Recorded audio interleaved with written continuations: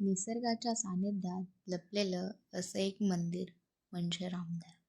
आपल्याला एवढी शांतता, मन प्रसन्न करून टाकणारं मंदिर आहे की आपल्याला एवढं छान व भारी वाटतं ना त्या मंदिरामध्ये. एवढी शांतता की काय सांगू तुम्हाला.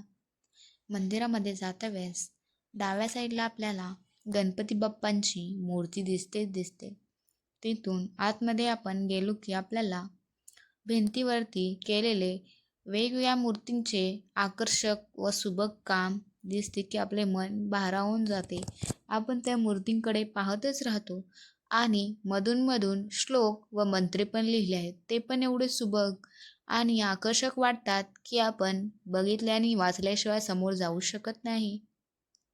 एका साईडला नळशार पाणी आणि एका साईडला हे मंदिर. मन प्रसन्न होतं ह्या मंदिरात गेल्यानंतर. आपल्याला ते जाणवेलच की आपण मंदिरामध्ये गेल्यावरती. एका साईडला बाळकृष्णांच्या मूर्त्या एवढं सुबक होत्या की छानच.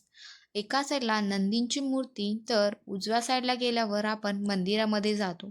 मंदिरामध्ये गेल्यावरती आपल्याला दिसतं रेखीव काम व देवतांच्या मूर्त्या.